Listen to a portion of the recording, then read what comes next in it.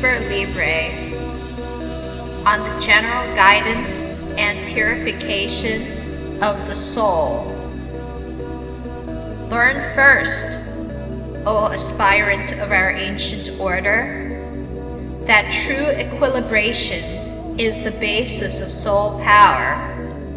If thou thyself hast not a sure foundation, whereon wilt thou stand firmly amid the forces of nature?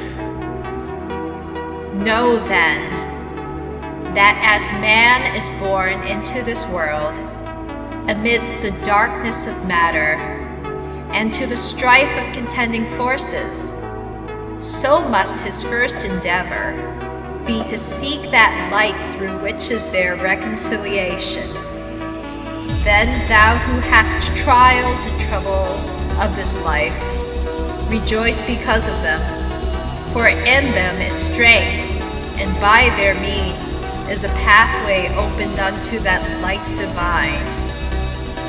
How should it be otherwise, O man? Life is but a day in eternity, and a drop in the ocean of time. How were thy trials not many? Couldst thou purge thy soul from the dross of earth?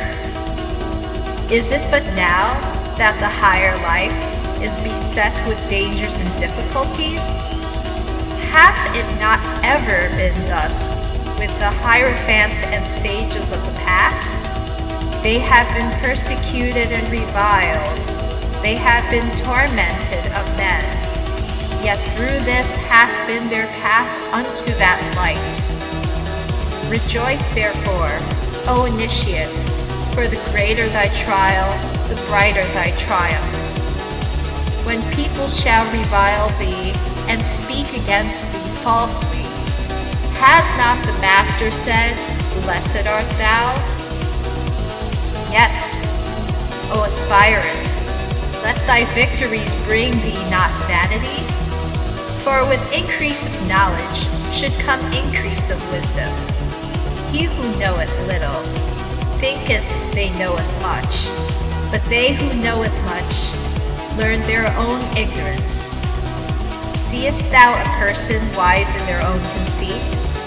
There is more hope of a fool than of them. Be not hasty to condemn another's sin. How knowest thou that in their place thou couldst have resisted the temptation?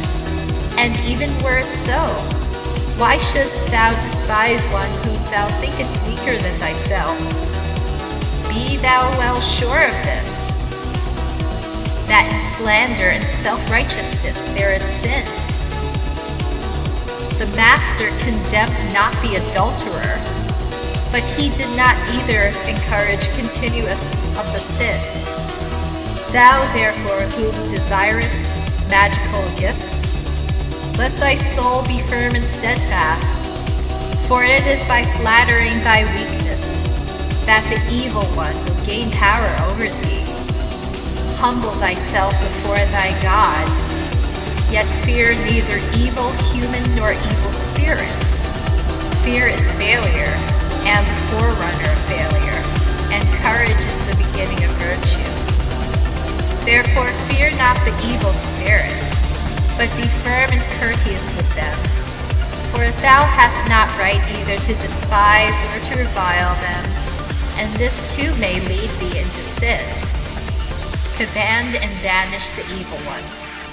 Curse them by the great names of God if need be, but neither mock nor revile them, for so assuredly wilt thou then be led into error. A person is what they make of themselves within the limits set by inherited destiny. They are a part of humankind. Their actions affect not themselves only, but also those whom they are brought into contact, either for good or for evil. How much more is it so with the adept? Neither worship nor neglect the physical body, which is thy temporary basis in and connection with the outer and material world.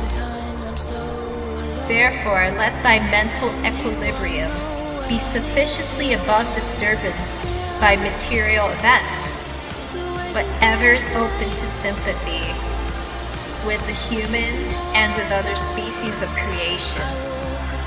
Transmute the animal passions and cherish the higher aspirations. The emotions are sanctified by suffering.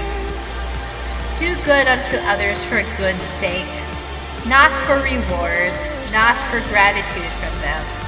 If thou art truly generous, thou wilt not long for thine ears to be tickled by expressions of gratitude. Remember that unbalanced force is evil, that unbalanced severity is but cruelty and oppression, but that also unbalanced mercy is but weakness, which would allow and abet evil. True prayer is as much action as word, it is will. The gods will not do for humans what their higher powers can do for themselves if they cultivate will and wisdom. Remember that this earth is but an atom in the universe, that thou thyself art but an atom thereon, that even couldst thou become the god of this earth, whereon thou crawlest and grovelest, that thou wouldst even then be but an atom and one among many. Nevertheless, have the greatest self-respect, and to that end sin not against thyself. There is a sin which is unpardonable. There is a conscious willing rejection of spiritual truth also. But every sin and act leaveth its effect. To obtain magical power, learn to control thought. Omit only those ideas which are in harmony with the end desired, and not every stray and contradictory idea which presents itself. Fixed thought is a means to an end. Therefore, pay attention to the power of silent thought. The material act is but the outward expression of the thought, and therefore hath it been said that the thought of foolishness is sin. Thought, therefore, is the commencement of action, and if a chance thought can produce much effect, what cannot fixed thought do? Therefore, as hath already been said, establish thyself firmly in the equilibrium of forces, in the center of the cross of the elements, that cross from whose center the creative world issued in the birth of the dawning of time. As it was said, be thou therefore prompt and active as the sylphs, but avoid frivolity and caprice. Be energetic and strong like the salamanders, but avoid irritability and ferocity. Be flexible and attentive to images as the undines, but avoid idleness and changeability. Be laborious and patient like the gnomes, but avoid grossness and avarice. So shalt thou gradually develop the powers of thy soul, and fit thyself to come in contact with the spirits of the elements.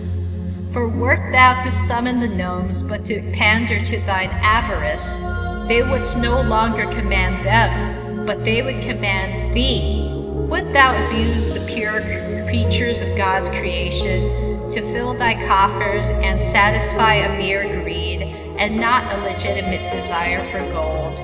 Would thou debase the spirits of living fire, to serve but unreasoned wrath and hatred? Wouldst thou violate the purity of the souls of the waters, only to pander to mere lust and debauchery? Would thou force the spirits of the evening breeze, but to minister to thy folly and caprice? Know that with such desires thou canst not readily attract the evil, but scarcely the good, and in that case the evil would have power over thee. In truly comprehended religion, there is no sect. Therefore take heed that thou blaspheme not the name by which another knoweth God.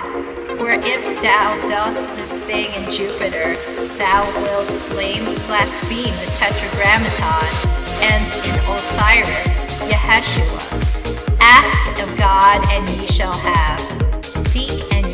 find. Knock, and it shall be opened unto you.